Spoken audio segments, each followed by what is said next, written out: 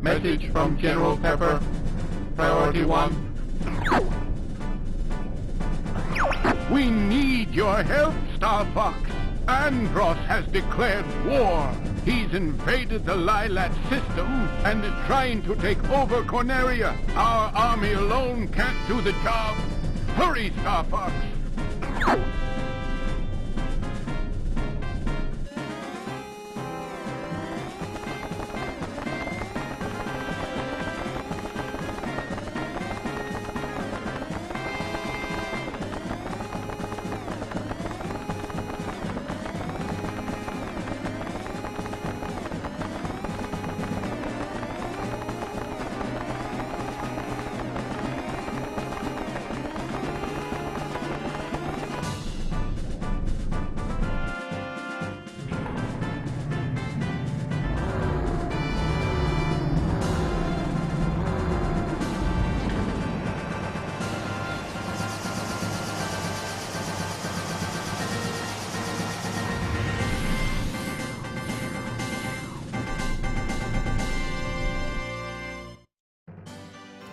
Hey everyone, so I am doing a Nintendo retrospective for their 125th anniversary. I am playing my top 25 games leading up to my very first list video, my top 25 Nintendo games. It doesn't need to be Nintendo developed, but it does need to be Nintendo published. And in today's case, we certainly have Nintendo developed. Mr. Miyamoto himself, if I'm not correct, or if I'm not mistaken, or if I'm not correct. Oh, this game. So this literally belongs in with Super Mario 64 and Bomberman 64. This was one of my games that I opened on Christmas morning with my Nintendo 64. This game. Fourth planet of the Lilat system. The evil Andros turned this once thriving system into a wasteland of near extinction. Right, we've seen that before, right?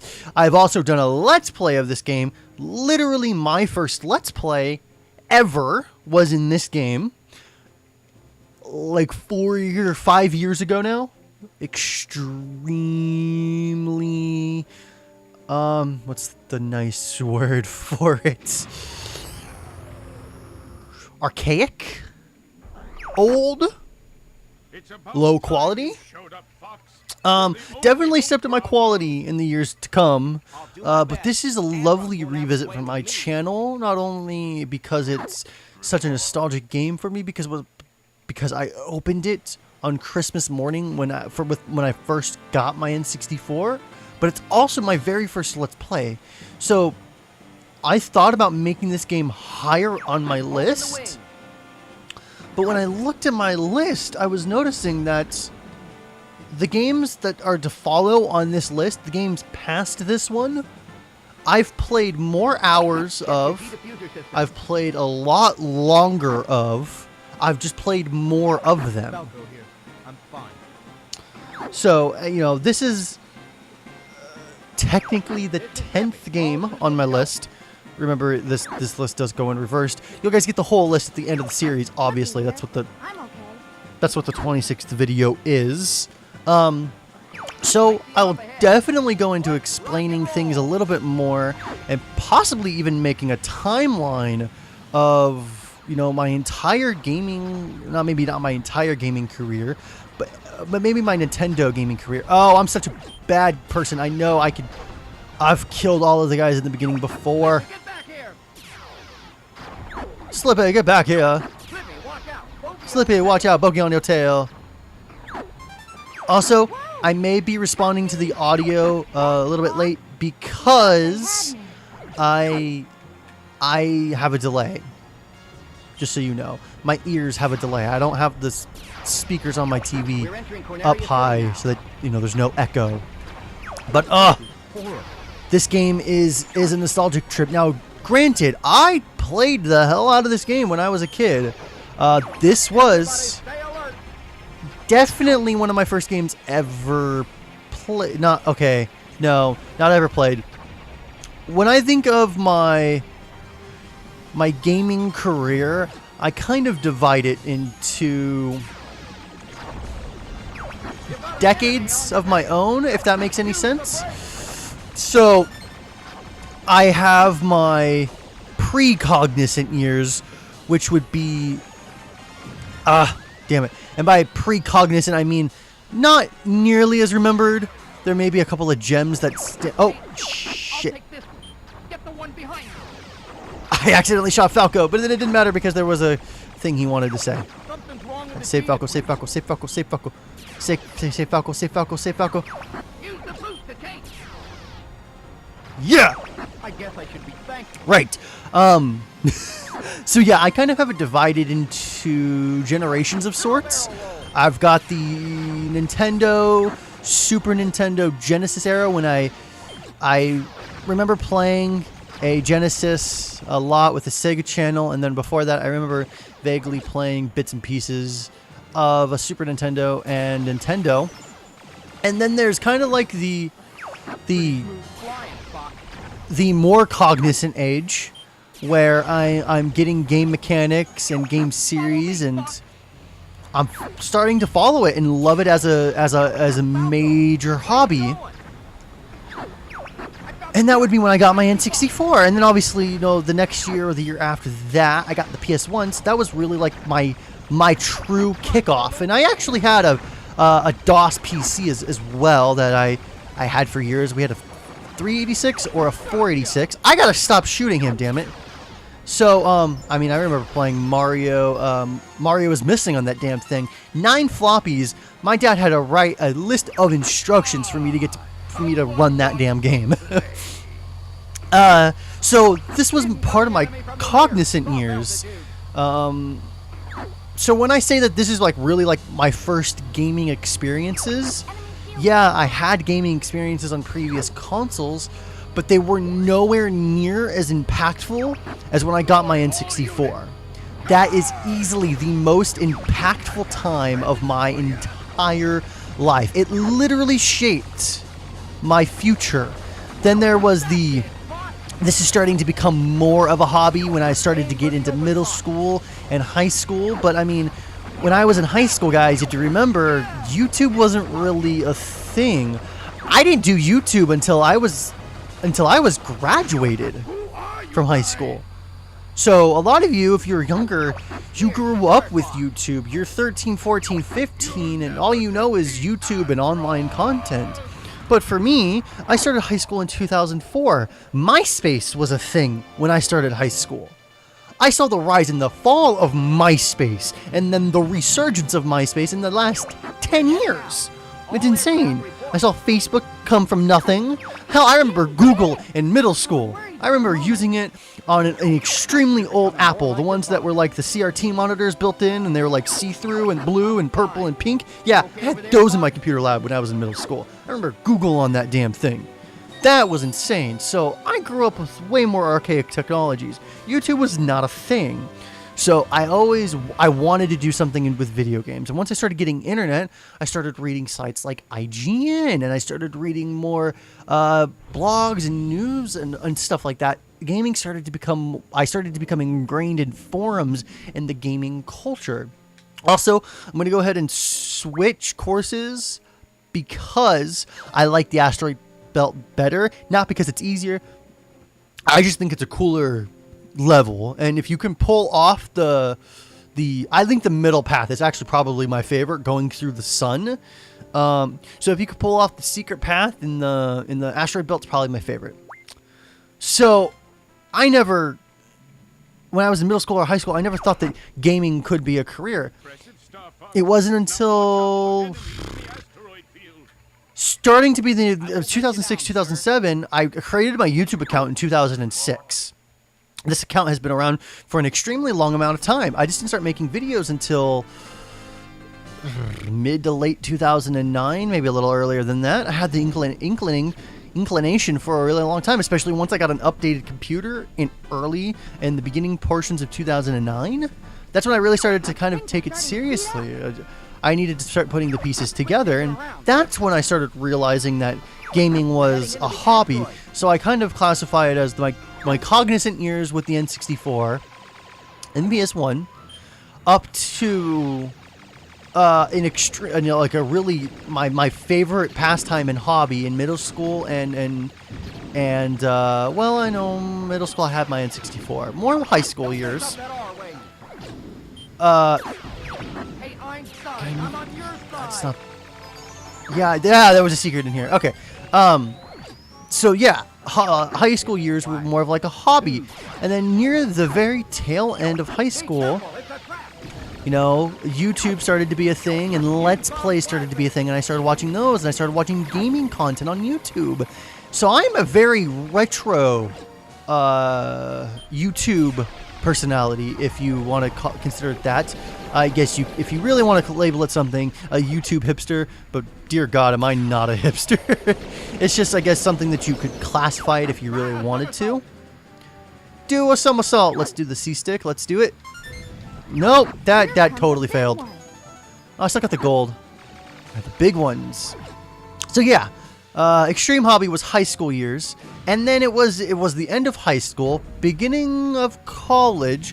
Well, yeah, still end of high school because I ended up having to take an extra year of high school, which was my own fault. But that's when I started to become video games for a living, video games for a job, and that's what I've been trying to do for so long. And that's, you know, I've been happy with the modicum of success that I've had, and I don't mean to be a little bit of a Debbie Downer with this.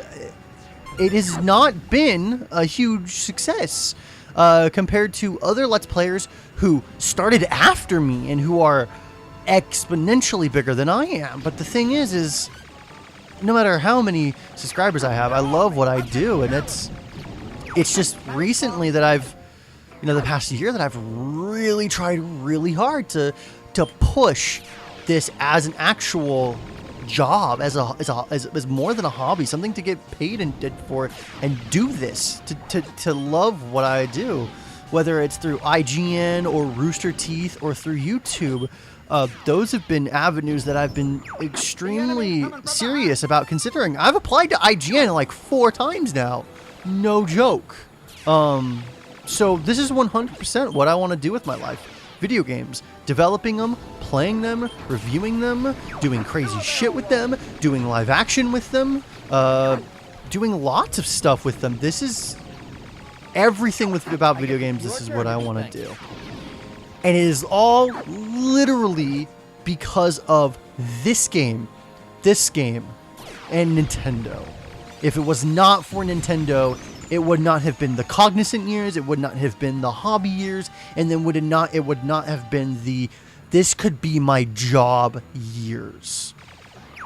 That may be stretching it to some of you guys, but really, that is... Nintendo is at the forefront, the reason why I do this, and the reason why I love games. Oh, where's the secret one? I still remember that secret. Alright. Let's do this. Let's do the spinny. Spinny.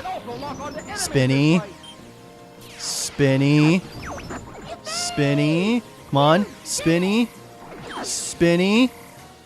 Oh, no! I missed it! Oh, I don't get to do the middle path. Oh, that's okay. I've done that many times before.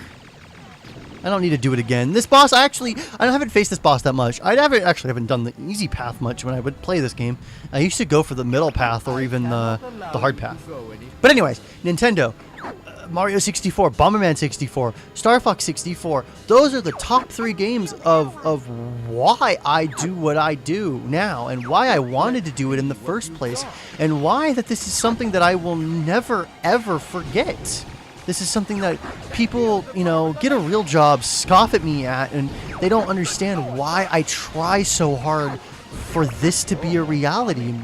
And I'm so glad that Christina, of all people, gets this, because otherwise I would be in a relationship with somebody who doesn't believe in the things that I do, and she does. She's probably my #1 supporter in all of this, and even Nintendo has brought us together. She loves Pokemon. She wouldn't be a gamer if it wasn't for Pokemon. She wouldn't be a gamer if it wasn't for Nintendo. So in another odd way, Nintendo also shaped my relationship. We met each other on Twitch, of all places, watching somebody play Nintendo games. So, Weapon, if you're watching this, which I don't know if you would be, you know, you also had a part in this. You and Nintendo. Nintendo has 100% shaped my life forever.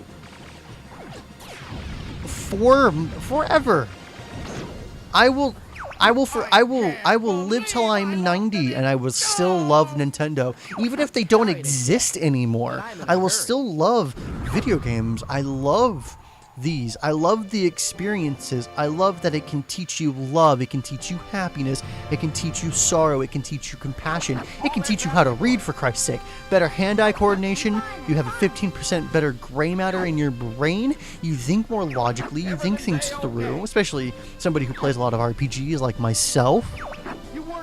This is something that this is something that's never going away, and this is something that has touched mine and millions of people's lives, and it will continue to touch our lives until we are dead. And it's literally all because of a Japanese company starting out making Hanafuda cards named Nintendo. And now they've been around for 125 years. And that's amazing. It's absolutely amazing and astounding. No TV shows or movies have ever moved me the way that video games have, and specifically Nintendo video games. And that's why I'm making this series, and that's why that this is such a passion project for me. I think that this is really where, in my mind, I had my channel redesigned a few months back, started some new LPs, and I starting to get into a rhythm of recording more often. I started saying, forget the depression. I'm just gonna move through all that bullshit, go straight through the depression, and just start making content that I liked and loved. And it's starting to show. I am not getting a whole lot of subscribers per day, but I'm getting more subscribers a week or a day than I ever was. I would go 3 weeks without ever gaining a subscriber, and now I'm getting one every day or every other 2 days. You know, it's not a lot by any means, but considering I went from 5% to 60%, or you know, whatever the increase is, you know, it is significant. And I will never, ever not be a gamer. And this also comes at a time where gamer is starting to, for some reason, turn into a toxic term on the internet. And there's a lot of weird drama with a certain person and news outlets and things like that, and journalistic integrity. But I will 100% forever always be a gamer, no matter who or what somebody wants to say that is in their mind. In my mind, it means that I'm a passionate person who loves a form of media I met my significant other on. I made my life decisions based on it. I made my career choice based on it. And Nintendo, that is something I will never, ever forget. And that is something that thousands and millions of people will never forget. You single-handedly revolutionized an entire generation. And that is why I do this series. Remember, guys, this is episode 16 of a planned 26. 10 more to go. Well, 9 more to go, really. If you guys liked this episode and you guys liked my little rant and my passion, please consider subscribing and consider thumbsing it up. I would greatly appreciate it. I don't want the series to end. I really don't. Maybe I will continue this. Maybe I'll just do 125 games. It won't be daily. It'll take me a while. But maybe I will do 125 games instead of just showing off games that are... I'll do the first 25, which are the most nostalgic to me. And then I'll do another 100 games that are just awesome to do. Maybe I'll do that. Remember, guys, play more games. And I will sure as hell see you next time. Have a good day.